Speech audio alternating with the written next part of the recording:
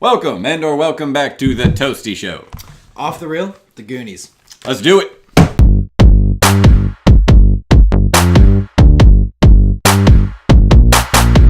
A quick update. We have changed the name, obviously, as you may have noticed if you came back from the last episode, to Off the Reel. Film note is dead. Dead. Dead. So we'll be going by Off the Reel now. Okay, so also every week now, we're going to have two parts. We're going to have part one, which is the review part of whatever we are reviewing or going over. And then the second part will be discussions. It'll basically be, we will have a set of questions ready. And instead of just going over our normal 10 points, we'll be going over questions that we have ready. Yeah, so hopefully that'll make it a lot easier viewing and blah, blah. Make it more appealing to the eye rather than seeing a whole hour video compared to two 20-minute ones. We realize that's not ideal. Let's get into it.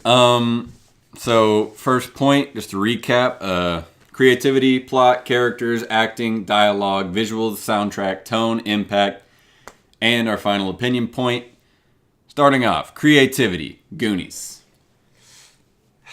He's about to destroy me on this. I can already tell. Let's get this straight.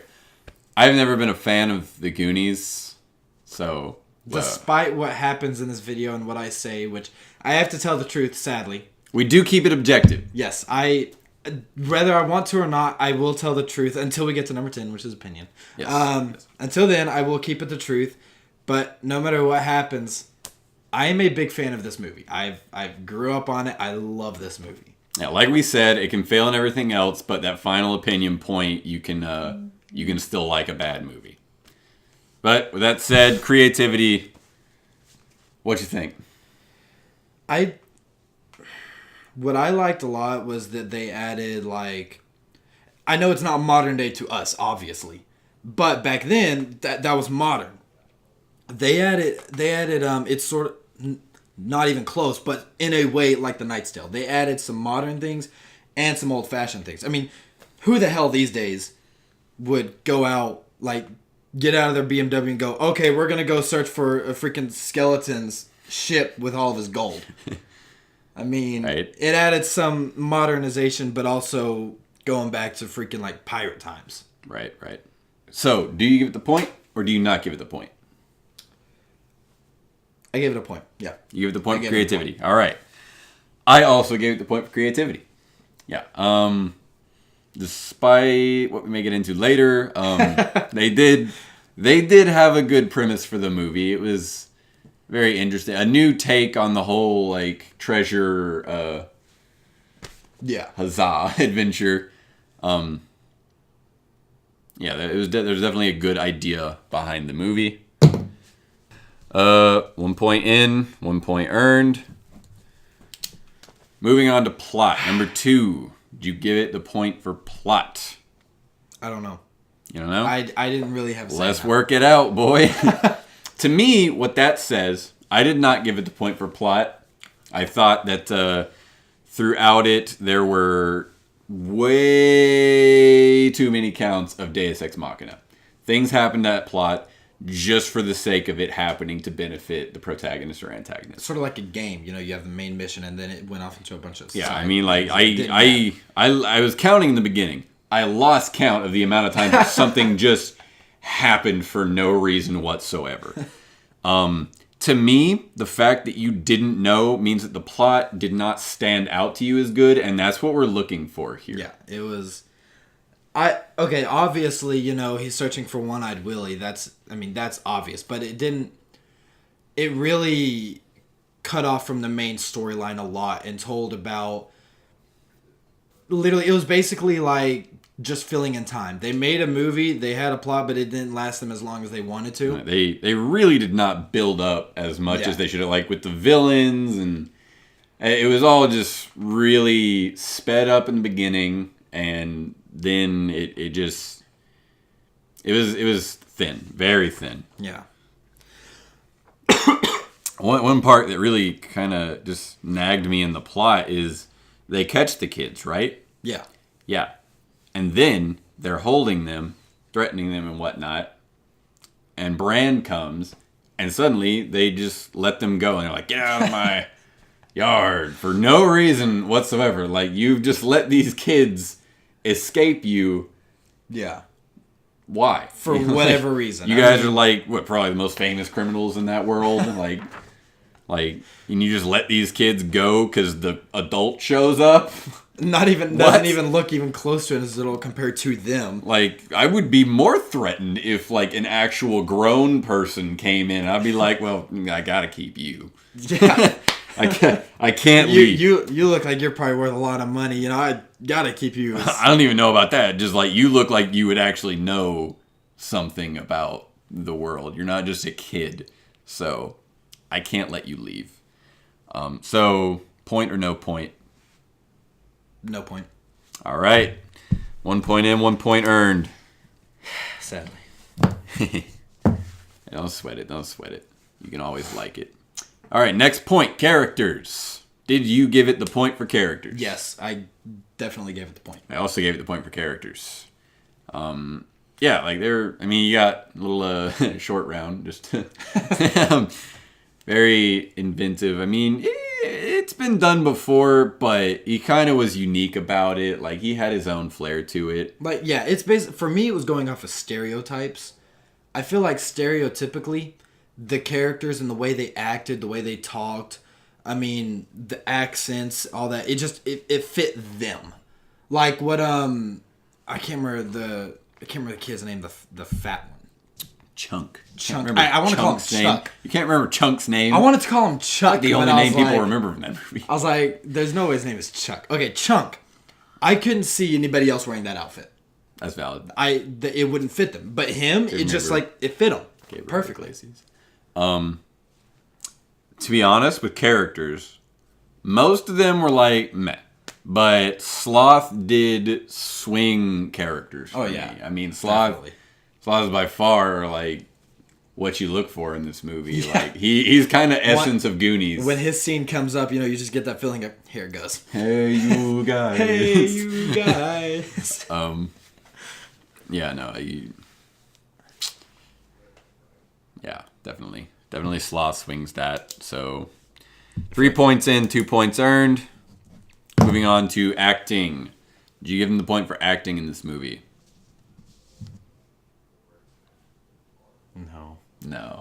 No, you didn't. You can't. Personally, little thing you need to know about me. Generally speaking, I do not like child actors. It's nothing against children. Children are great and all, but if you're gonna act in a film, you need to act in a film good. And child actors almost always don't do it. I do want to say, now these days they go through a strict, like, if they make kids act, they're like, okay, we want you to have some fun with it, but you have to do this to make it look good. Well, that's what you need in a film. I mean, you can't just be like, hey, kid, go read. Like, the line delivery in these movies was so scripted for most of them. Brand, Josh Brolin, of course, because he's Josh Brolin.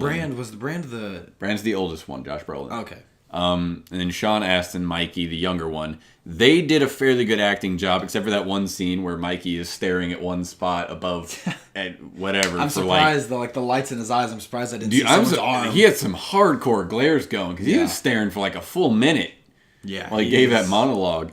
Who was the guy? What was his name? The guy that nice looking comb and hair. The spiked hair? Yeah. Oh, you thought it looked nice. No. You said nice looking. Well, he tries to look nice. Okay. I don't think I thought he looked like a prick. He had that prick look. Well, yeah, he's definitely the stereotypical little prick kid. Yeah. But I don't know.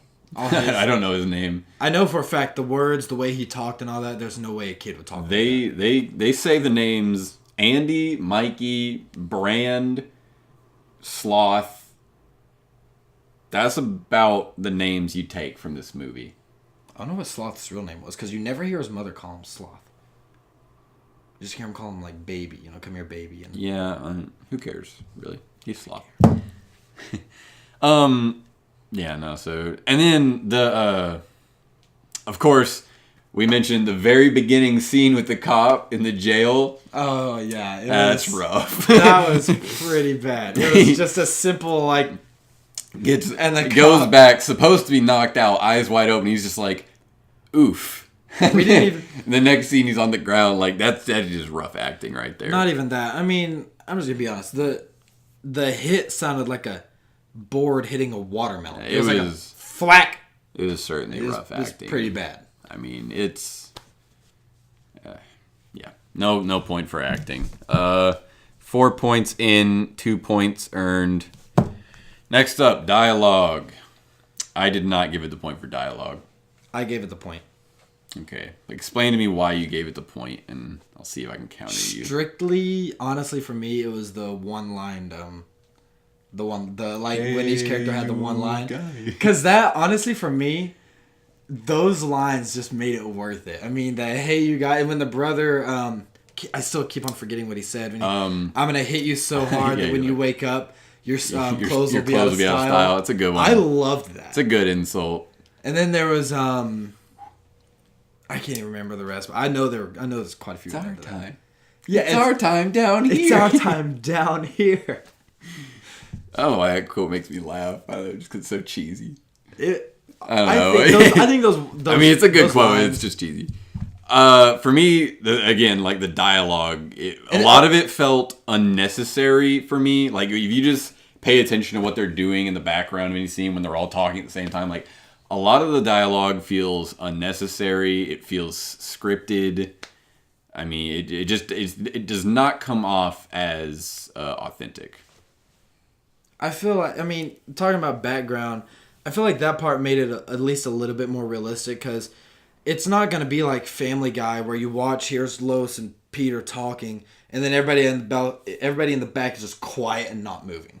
Right. I mean, you're going to have, obviously, while two people are talking, you're going to have some people talking in the back, but I feel like they could have tuned it out a little. I guess I said that wrong. Not the background per se. Like, you can see what's happening and what they're supposed to be saying in each conversation. And it's like, even when they're just arguing really fast back and forth, some of like what they're saying, like it feels very unnecessary. It was rough. Like, you can remember maybe 2 or 3 lines from this movie that are really good lines, and the rest. You cannot tell me you've never quoted Baby Ruth from that movie. No, I have not. Oh, yes. If I'm going to quote Sloth, I'm going to quote, hey, you guys. Baby Ruth is good, too, though. Okay. Whatever. I quote that all the time. So you're staying with dialogue? Yes. All right. I personally would give it a point. 5 points in, 2.5 points earned. Heading to number 6, visuals. What do you think on visuals? I gave it a point. You what? I gave it a point. You gotta act like we didn't sit in there in that movie. Okay, for the past however long we did, and not pick apart every single point where the visuals just dropped like a stone. The parts that they focused on, like those rocks, I bet they were probably making that like last minute, falling asleep at work, could barely hold their head up making them. But I feel like the parts they focused on, the part when the little Asian kid, like the cops pass him, when he gets knocked into the bucket, when he first opened up his thing and the little suction cup arrow shot out. Yeah. Like, I've seen some movies do, not exactly that obviously, but something like that, like little gadgets where they would make it out of trash and then it would somehow look brand new. It, like, for that, they made it look old and rusted, like he just made it out of some trash or something like that. I mean, the things that mattered, I feel like they definitely did a good job on. But, like, yeah, I pointed out at the end on the big ship scene when they're swimming away, they blew the dynamite, rocks start to fall. If you notice, if you look really carefully, it's like the rock will fall, and right when you see the splash, the rock just disappears. You don't even see it going. It's just like right as the splash happened, the rock just pop, gone. It's just gone. It was so bad. And like that, he was gone. Yeah, no. I don't know. Like a lot of you see a lot of the traps not traps, but a lot of the gadgets he uses. Like they're not convincing. His boxing glove, of course, like it moves like a mile an hour. It's not convincing. The little gun, his little suction cup, like I don't know, man. Those things can get pretty sticky sometimes. I mean, I'm not talking about the logistics though. I'm talking about the visuals. It was not a convincing launch and stick. And then, but you also gotta like think about their clothes. I mean, I know some movies that they would make those that just throw some jackets on them. On them, they like the little Asian kid with all the gadgets. He had like patches and all that. And stereotypically, him being the kind of kid he would wear stuff like that. And then Mikey, the all denim. I mean, visuals and all. I feel like with all the stuff that mattered, they really did good on. But all the stuff that didn't really matter as a sort of background picture was pretty bad. I really don't know if I can agree with you on this one. I mean, like the movie does have its nuances. It does have decent scenes, but you're gonna talk about things that matter. I'm just gonna sidetrack myself here. The jewels. Okay, that was one scene. Like, it looks as if someone paid them to take those jewels. But okay, what about all the coins and stuff that was on the ship? I mean, yes, obviously you look at that and they're like, a movie company isn't going to spend millions of dollars to put real gold in. But they didn't look plastic either. Well, but the jewels did. And you spent a lot more time looking at the jewels. That was, okay. Yeah. Yes, it showed them for a good, like, I don't know, 2 minutes looking at the jewels. But all the other things that mattered, they did a pretty good job. I mean, like, when they were fighting on the ship, like, everything on the ship, it didn't look like they threw new rope down or anything like that. I mean, it looked torn up, old, all that, and it just looked, it fit really well together. I don't know, I think, and I have to throw, we don't have a place for it, but I have to throw editing kind of into visuals because it does play a part there. Yeah. Like, the editing in this movie very bad. Is garbage. Yeah, it is positively terrible. I also pointed out. Please bring up that scene. I don't know if that's the funniest continuity editing I have ever seen in my life. I pointed out when Chunk goes out, hitchhiking, basically goes out to the car asking for help. Starts talking to, I don't even know what his name is, but one of the woman's sons. When he starts singing opera to him, it goes back to Chunk, and you see that while you hear him singing opera, looking in the rearview mirror, he's not moving his mouth. He's smoking a cigarette while he's singing. I mean, he's sitting there like a cigarette in his mouth, singing at the same time. It holds it there for a few seconds, too. Like, it's not like a quick thing. Like, you see him very clearly smoking a cigar while singing opera. While singing opera. I don't know. That's talent to me. I feel like that part, it was bad, but it was pretty talented. I'm sticking to my guns on visuals. You? Yeah, I'm sticking. All right. That leaves 6 points in, 3 points earned. Okay, so forgive us, but we're going to have to accelerate things just a bit here. Soundtrack. I think this movie definitely gets a point for soundtrack. Definitely. Music is rocking it at all times. And some of them, yeah, it may not be like modern music, like, oh, I could totally download this for fun. But, I mean, just the music really fits it. Like, Dylan brought up, do you want to talk about it, the Superman scene? Oh, I was just really proud they got the Superman theme for that movie. It's like, good on you. It was like right towards shirt open, Superman, you just hear the theme song playing. Perfect. You're always happy to hear a Superman theme song. Like, no matter what. It makes you just want to stand up out of your chair and go, All right. 7 points in, 4 points earned. Next up, tone. Was this movie tonally consistent? In every scene, did the tone really match? Yes. I also said yes. It's a very consistently Chris Columbus film. Yeah. It's through. Home Alone in a cave. It's like always a blend of goofy and kind of like perilous, but... Isn't that weird how I hate Home Alone, but I love the Goonies? It is weird. Yeah. I wouldn't say I'm a fan of Home Alone, but I like it better than Goonies. I hate Home Alone, like with a passion. I don't know. That's weird. But yeah, definitely a tonally consistent film. 8 points in, 5 points earned. Impact. Does this movie have the proper impact?